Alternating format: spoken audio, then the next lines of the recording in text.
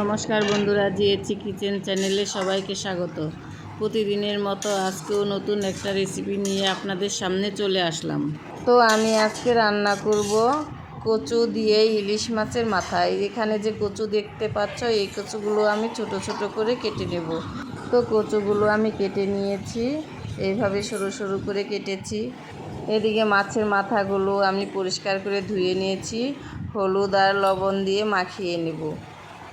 তো হলুদ আর লবণ দিয়ে মাছগুলো মাখিয়ে নিলাম। এদিকে কড়াইতে তেল দিয়েছি, তেলটা গরমও হয়ে গেছে। এখন আমি মাথাগুলো দিয়ে দিচ্ছি।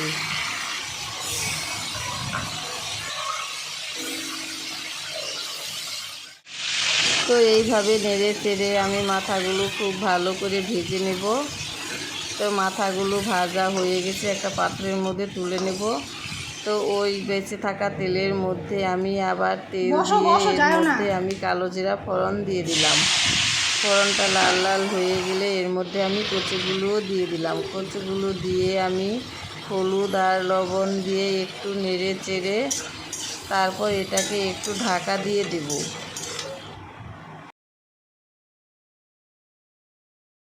তো ঢাকনাটা খুলে নিলাম। এবার একটু নেড়ে চেড়ে এর মধ্যে কাঁচা লঙ্কা বাটা, জিরে বাটা, আবার একটু হলুদ আর নুন দিয়ে দিব। তার কারণ তখন একটু নুন আর হলুদ কম করেই দিয়েছি। সব কিছু দিয়ে এবার ভালো করে কষিয়ে নেব। 2-3টা চেরা কাঁচা লঙ্কা দিয়ে দিলাম। কাঁচা লঙ্কা দিয়ে আবার ভালোভাবে কষাতে থাকবো। তো কষানো হয়ে গেছে, এবার আমি জল দিয়ে দিলাম।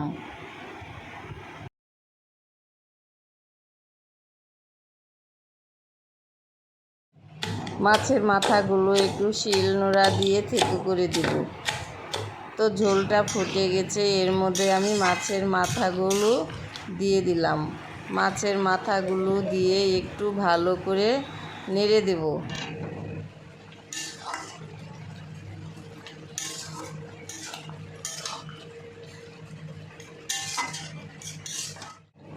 তো ঝোলটা শুকনো শুকনো হয়ে গেছে, কচুটাও গলে গেছে। এবার নামিয়ে নেব।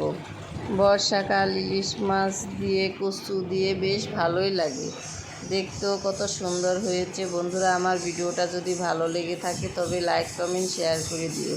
দেখা হচ্ছে অন্য কোনো রেসিপিতে। ততক্ষণের জন্য টাটা, বাই বাই।